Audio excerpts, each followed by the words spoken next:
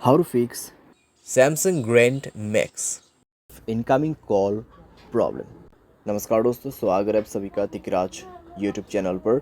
तो दोस्तों, आज के इस वीडियो पर मैं आपको बताऊंगा कि कैसे आप जो है अपने सैमसंग के डिवाइस पर इनकमिंग कॉल प्रॉब्लम सॉल्व कैसे कर सकते हैं। इनकमिंग कॉल के रिलेटेड दोस्तों यहाँ पर जितने भी सॉल्यूशन है मैं आपको इस वीडियो पे देने वाला हूँ। जैसे कि दोस्तों यहाँ पे मान लीजिए कुछ सेटिंग्स के वजह से प्रॉब्लम आ रहा है, उसको कैसे सॉल्व करना है।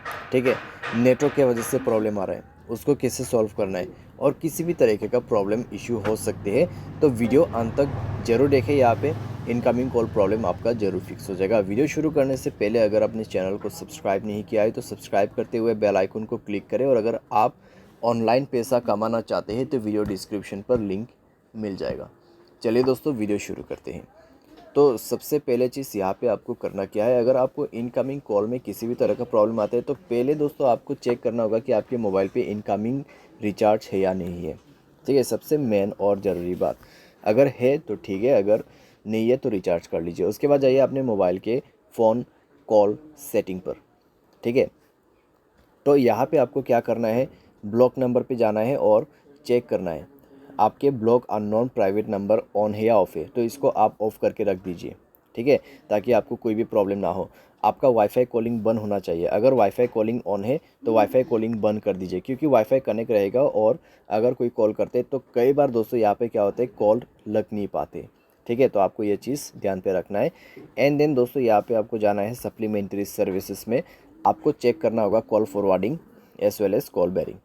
ठीक है, कॉल फॉरवर्डिंग को चेक करें, अगर ऑन है तो ऑफ कर दीजिए। अगर आपको कॉल फॉरवर्डिंग बंद करना नहीं आते, मैंने इसके रिलेटेड पूरा वीडियो बना रखा है, आप उसको जाके चेक कर सकते हैं। कॉल बेरिंग, यहाँ पे कॉल बेरिंग इनेबल है तो उसको दोस्तों बंद करना होगा। ठीक है, मान लीजिए इनकमिंग कॉल पे आपका ये लगा हुआ है। ठीक है, ये ऑन किया हुआ है तो आपको ये बंद करना होगा।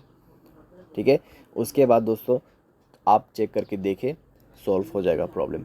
तो पहले चीज़ आपको ये सारे बेसिक नॉलेज रखना बहुत ज़रूरी है।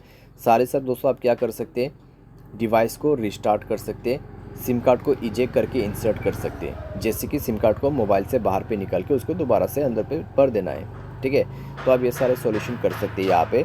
एंड देन दोस्तों यहाँ पर अगर आपको नेटवर्क के रिलेटेड कोई भी इशू है तो जाइए दोस्तों अपने मोबाइल के सेटिंग पर जाने के बाद दोस्तों आपको क्या करना है, सिंपली स्क्रॉल डाउन करना है, जनरल मैनेजमेंट पर जाना है, रीसेट ऑप्शन सेलेक्ट करना है, और उसके बाद रीसेट नेटवर्क सेटिंग पर क्लिक करते हुए मोबाइल सेटिंग को रीसेट कर देना है, और मोबाइल पैटर्न या फिर पासवर्ड भर के उसको रीसेट करना है।